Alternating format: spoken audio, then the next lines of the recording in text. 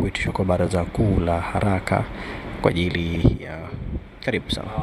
Ndugu waandishi wa habari, kwa jina langu ninaitwa Lembrus Mchome, ni mwenyekiti wa Chadema wilaya ya Mwanga, mkoa wa Kilimanjaro, lakini vile kwa nafasi hiyo basi ni mjumbe wa baraza kuu la chama chetu taifa. Ndugu waandishi wa habari, tumekusanyika hapa ama niwaiteni hapa siku hii ya leo. Dhana ya kwanza ya kuhitaji kuongea na ninyi ili kuweza kuwafikishia Watanzania kwa ujumla ilikuwa ni kumwomba msajili wa vyama vya siasa Jaji Mutungi aweze kuharakisha jambo langu ambalo liko kwenye ofisi yake. Kama mtakumbuka, kuanzia tarehe 15 mwezi wa pili nimekuwa nikilalamikia ofisi ya katibu mkuu wa zamani wa chama changu Mheshimiwa John Mnyika kutokana na baraza kuu ambalo lilifanyika siku ya tarehe 22 mwezi wa kwanza mwaka 2025. Baraza kuu ambalo lilikuwa lina ajenda ya uchaguzi wa wajumbe 8 wa kamati kuu, lakini vile pia baraza kuu ambalo lilikuwa kwa ajili ya kumteua na kumthibitisha katibu mkuu mpya wa chama, naibu katibu mkuu bara pamoja na naibu katibu mkuu Zanzibar, kuteuliwa na mwenyekiti wa chama taifa kama ataamua kuteua. Hii haikuwa ya lazima sana. Sasa malalamiko yangu makubwa yalikuwa ni mawili. Jambo la kwanza ilikuwa ni kutokutimia kwa akidi ya baraza kuu kama jinsi ambavyo awali nilimwandikia katibu mkuu wa zamani wa chama chetu Mheshimiwa John Mnyika. Lakini jambo la pili, ukiacha kutimia kwa akidi ya baraza kuu ambalo baraza kuu letu lina wajumbe 400+, ambapo akidi yake ilikuwa inatakiwa kuwa 75% kwa sababu kilikuwa ni kikao cha uchaguzi au kulikuwa na ajenda ya uchaguzi ndani yake.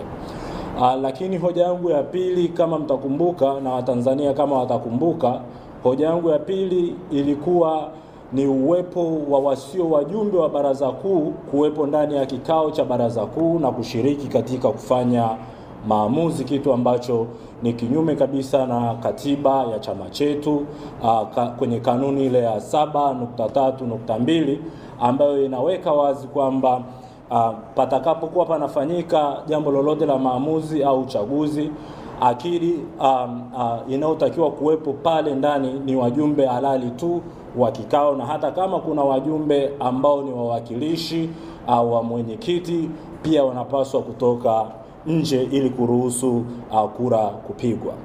Sasa baada ya mlolongo wote huo mrefu na majibizano ya muda mrefu ya barua ikiwemo kati yangu na msajili na chama changu, leo nilikuwa nimepanga nimuombe msajili kwamba aliharakishe jambo hili, kwa sababu jambo hili lina maslahi makubwa ya taifa, lakini pia lina maslahi makubwa ya chama chetu. Lakini wakati najiandaa kuja hapa majira ya saa 3 asubuhi, nilipokea nakala ya barua ambayo msajili wa vyama vya siasa amemwandikia katibu mkuu wa zamani wa chama chetu na kumpa muda wa siku 3 kuhakikisha kwamba anatoa majibu ya hoja zangu za msingi ambazo nilipeleka, kwa sababu yeye ana haki na yeye ndiye msimamizi wa sheria za hivi vyama vya siasa, lakini yeye ndio msimamizi wa kuhakikisha kwamba hivi vyama vya siasa vinafata kanuni, katiba na miongozo yake ambavyo vimejiwekea. Kwa hiyo kwa hili kwanza nimshukuru msajili kwamba amewapa chama changu ofisi ya katibu mkuu siku 3 za kujibu hoja zangu, nikimaanisha siku ya leo tarehe 8, kesho tarehe 9 na kesho kutwa tarehe 10. Na barua ambayo nimepokea kutoka kwa msajili asubuhi hii ya leo ya tarehe 8 Aprili ni hii hapa. Ndio barua ambayo nimeipokea kama nakala ambayo msajili amewaandikia ofisi ya katibu mkuu wa chama. Kwa hiyo nina imani kwamba hoja zangu za msingi ambazo niliziibua mbili kama jinsi ambavyo nimeeleza, nina imani basi zitakwenda kujibiwa na majibu yake mpaka kesho kutwa tarehe 10, basi nitakuwa nimesha yapata. Kwa ndugu zangu wanachama pamoja na Watanzania, ninachohitaji kueleza ni jambo moja. Pamekuwa na maneno na minong'ono mingi sana kwamba Mchome kwa nini anafanya hivi, Mchome kwa nini anakishtaki chama chake, Mchome kwa nini ameenda kwa msajili. Na hii iko wazi. Nimeenda kwa msajili kwa sababu ninayemlalamikia mimi ni sehemu ya maamuzi ya vikao vya chama. Kwa nini? Katibu mkuu, kama leo mimi nikikata rufaa baraza kuu, katibu mkuu ndiye mtu ambaye ataenda kuandaa hicho kikao cha baraza kuu. Lakini hicho kikao kitaongozwa na nani? Kikao hicho kitaongozwa na mwenyekiti wa chama, ambaye mwenyekiti huyo ndiye aliyeongoza kikao ninachokilalamikia cha tarehe 22 mwezi wa kwanza. Ni sawa na kesi ya Ngedere, umpe nani? Umpe nyani. Ni kitu ambacho mimi nimeona haki haiwezi kutendeka. Hasa leo nitawapitisha kwenye baadhi ya mambo ambayo nayalalamikia. Jambo la kwanza nimesema ni akidi ya kikao. Na hii nitaomba fundi mitambo, nitaomba tuelekeze kamera zetu kwenye nitaomba play hiyo video ya kwanza. Haitakuwa tena akidi. Huu haitakuwa tena akidi ya 75% au 75% absolute quorum ambayo ndio inahitajika kama kikao kinahusu agenda ya uchaguzi. As long as hakuna agenda ya uchaguzi, akidi ya kikao hiki ni simple. Anasema endapo kungekuwa na uchaguzi ndio ingehitajika akidi ya 75%. Moja kati ya agenda zilizopitishwa na kamati kuu ilikuwa ni baraza kuu hili lifanye uchaguzi. Na katibu mkuu yeye hana mamlaka ya kuondoa agenda yoyote ile pasipo azimio la kamati kuu au pasipo azimio la baraza kuu. Hakuna mahali popote pale ambapo katibu mkuu anatueleza kwamba kamati kuu imekaa ikaahirisha agenda ya uchaguzi. Hakuna mahali popote pale ambapo baraza kuu la tarehe 22 tulikubaliana kupitisha azimio la kuondoa agenda ya uchaguzi. Hakuna. Kikao hichi kilikuwa ni kikao cha uchaguzi. Na hakuna namna nyingine ambao unaweza ukaondoa agenda pasipo kufanya hayo mawili ambayo nimeeleza. Aidha kamati kuu ikae irejee kwenye agenda zake na kuona kwamba agenda hii sasa inapaswa kuondolewa. Lakini au baraza kuu liazimie kwamba kutokana na kwamba hakuna akidi ya 75%, basi tuahirishe agenda ya uchaguzi na wajumbe wa baraza kuu wote kwa pamoja waridhie. Hasa katibu mkuu kwa mitazamo yake, kwa maono yake na maamuzi yake yeye mwenyewe, na hatujui alishauriana na nani, akaja kwenye baraza kuu na kuahirisha au kuondoa agenda ya uchaguzi wa wajumbe wa kamati kuu ambao walikuwa tayari wameshafanyiwa usaili na kamati kuu. Walikuwa tayari wameshateuliwa na kamati kuu kuwa wagombea halali wa ujumbe wa kamati kuu. Hiyo ni awali. Naomba uendelee kuplay. Kwa majority ambayo nitaitangaza katika hatua baadaye kidogo baada ya sekretari tukakamilisha final tallying ya idadi ya wajumbe, lakini kwa wingi tu wajumbe walioko mpaka hivi sasa Kwa vyovyote vile tuna simple majority ya idadi ya wajumbe, mwenyekiti wa chama unaweza kufungua mkutano, tukaendelea na mkutano, tukaheshimu muda. Mheshimiwa mwenyekiti, karibu sana uweze kufungua kuu. Katibu mkuu wa zamani wa chama changu Mheshimiwa John Mnyika anaeleza hapa kwamba kwa kutazama anaona kwamba kuna wajumbe wanaotimia. Tangu lini katibu ukaruhusu kikao kianze ili hali huna orodha ya wajumbe waliopo ukumbini pamoja na saini zao? Unatambuaje kwamba watu walioko hapa ni watu 200? Mimi nataka tuachane na hiyo kwamba lazima hiyo 75%. Basi tumsikilize katibu mkuu kwamba ni 50%. Unatambuaje kwamba hii imefika 50% kama huna pepa mezani kwako ambayo ina orodha ya wajumbe wa baraza kuu zikiwemo sahihi zao? Ni utaratibu wa wapi? Kwenye taasisi ipi duniani? Ili mwenyekiti afungue kikao ni lazima uone orodha ya wajumbe waliopo ukumbini. Katibu mkuu Mnyika anakiri kwamba secretariat bado haijamaliza kufanya registration. Katibu mkuu kwa kinywa chake kwenye hii video anakiri ni kweli hapakuwa na akidi kwa sababu hakuwa na orodha mezani. Na mimi ninajua mpaka leo katibu mkuu hana hiyo orodha. Kama anayo aipeleke kesho kutwa kwa msajili wa vyama vya siasa. Kwa hiyo haya ni mambo ya muhimu ambayo lazima tukae na tuyaone na tuone umuhimu wake. Leo hii anaweza sihoji Mchome, akatokea mtu mwingine wa mbali kabisa akaamua kuhoji. Na kama mnavyojua tarehe 12 ya mwezi huu, kesho kutwa, kuna zoezi la kitaifa kwa ajili ya uchaguzi. Kuna zoezi la vyama vya siasa kusaini kanuni na maadili ya uchaguzi. Leo unakwenda kumpeleka Mnyika ambaye hajapatikana kihalali. Unakwenda kumpeleka Golugwa aende akasaini ili hali hajapatikana kihalali. Tusitake kukiumiza chama chetu. Ni lazima tuwe na viongozi ambao wanapatikana kihalali. Nikawasikia wanasema Mchome hakuwepo kwenye baraza kuu. Uongo kabisa. Na mbaya zaidi, uongo huu unaongelewa mpaka na mwenyekiti wangu wa chama taifa.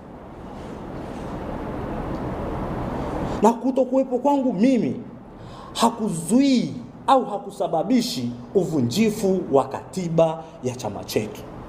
Sasa wanasema Mchome amejuaje? Mchome amejuaje? Katiba yetu inatambua tehama na iko wazi kabisa. Na hata katibu mkuu nilimwandikia, na hata msajili nilimwandikia kwamba kutokuwepo kwangu mimi isiwe ni sababu ya kuvunja katiba. Katiba yetu kwenye kanuni ya 3.3.3 ya mwongozo wa matumizi ya teknolojia ya habari na mawasiliano ndani ya chama, yani Chadema Digital, inatambua na media ya chama Chadema Digital ilikuwa iko online. Ukiacha hivyo, vyombo vingi vya habari vilikuwa viko online. Nenda Jambo walikuwa online, Nenda Global walikuwa online, Nenda Millard walikuwa wako live. Vyombo vingi vya habari vilikuwa viko live. Hii haizui au haiverify uvunjifu wa katiba ya chama chetu. Kwa hiyo kwenye swala la akidi, katibu mkuu mwenyewe Mnyika anakiri kwamba wakati kikao kinaanza hapakuwa na akidi bali alitazama. Na ukumbuke wakati huo anasema kwamba nikiangalia kwa macho yangu kulikuwa pia kuna watu ambao sio wajumbe wa baraza kuu walikuwepo. Mule ndani walikuwepo kina Mwamakula. Askofu Mwamakula sio mjumbe wa baraza kuu. Alikuwepo Rose Maemba, sio mjumbe wa baraza kuu. Alikuwepo Dr. Tengecha, sio mjumbe wa baraza kuu.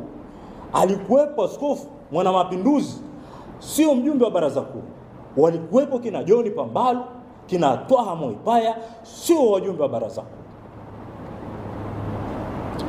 Alafu unakuja unatuambia akidi umeangalia tu kwa macho ukajiridhisha kwamba watu waliopo basi akidi inatimia. Uongo.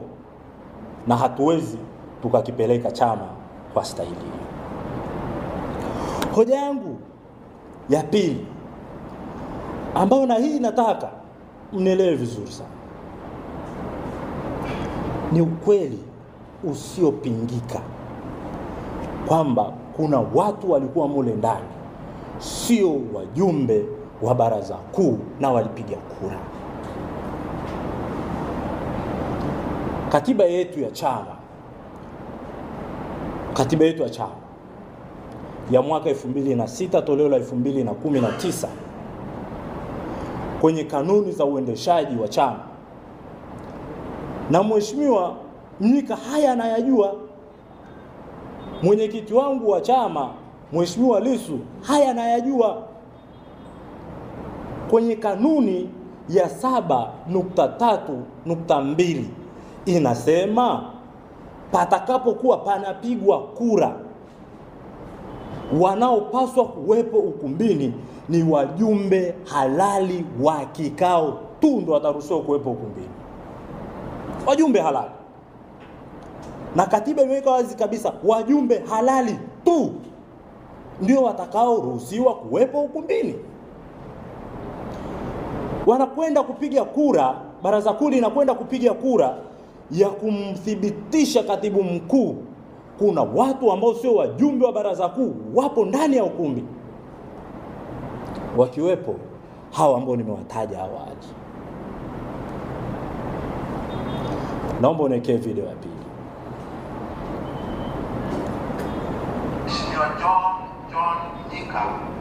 Mheshimiwa John Mnyika, na kama mnakubali kumthibitisha kama ninavyowaomba, naomba wote mnaosema mnamthibitisha mnyooshe mikono yenu.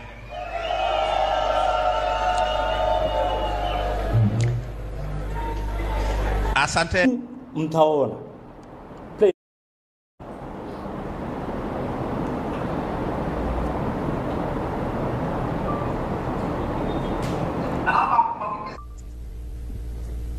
Naomba niwaulize waheshimiwa wajumbe wa baraza kuu, wale mnaofikiri wakili Ali Ibrahim Juma anafaa kuthibitishwa kuwa naibu katibu mkuu wa chama chetu kwa Zanzibar, mnyoshe mikono yenu.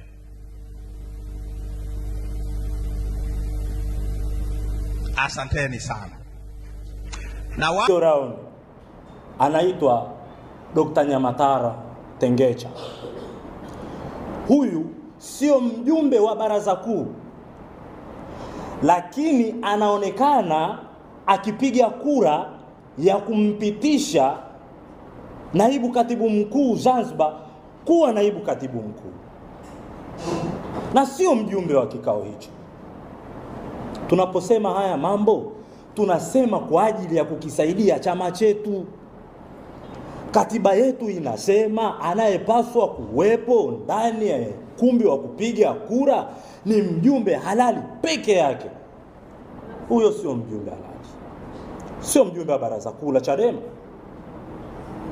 Alikuwa ni mgombea wa nafasi ya ujumbe wa mkutano mkuu,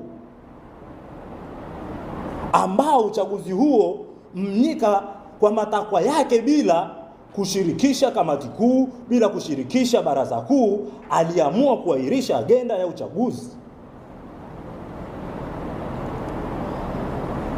Hapo ukumbini kulikuwa na zaidi ya watu 80 ambao sio wajumbe wa baraza hili na walipiga kura. Hata kama angekuwa ni huyu mwenyewe Tengecha, ilikuwa inatosha kubatilisha uchaguzi huo kwa mujibu wa katiba yetu. Kwa nataka Watanzania wanielewe, nafanya haya kwa mapenzi mema ya chama chao. Nafanya haya, asanteni sana, chama chao. Nafanya haya kwa ajili ya kukisaidia chama changu kesho na kesho kutwa.